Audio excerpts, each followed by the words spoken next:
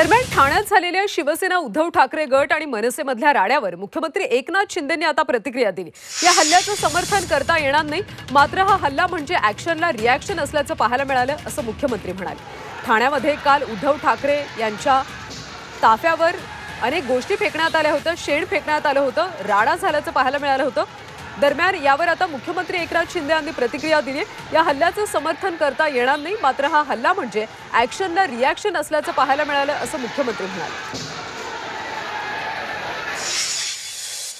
हे आपली संस्कृती नाहीये, ही आपली परंपरा नाहीये महाराष्ट्राची। आज त्यांनी सुरुवात केली, राज ठाकरे साहेबांचा ताफा अडवणं, त्याच्यामध्ये काय काय दगडफेक करणं, सुपाऱ्या टाकणं, हे तर कुणालाही आवडलेलं नाही।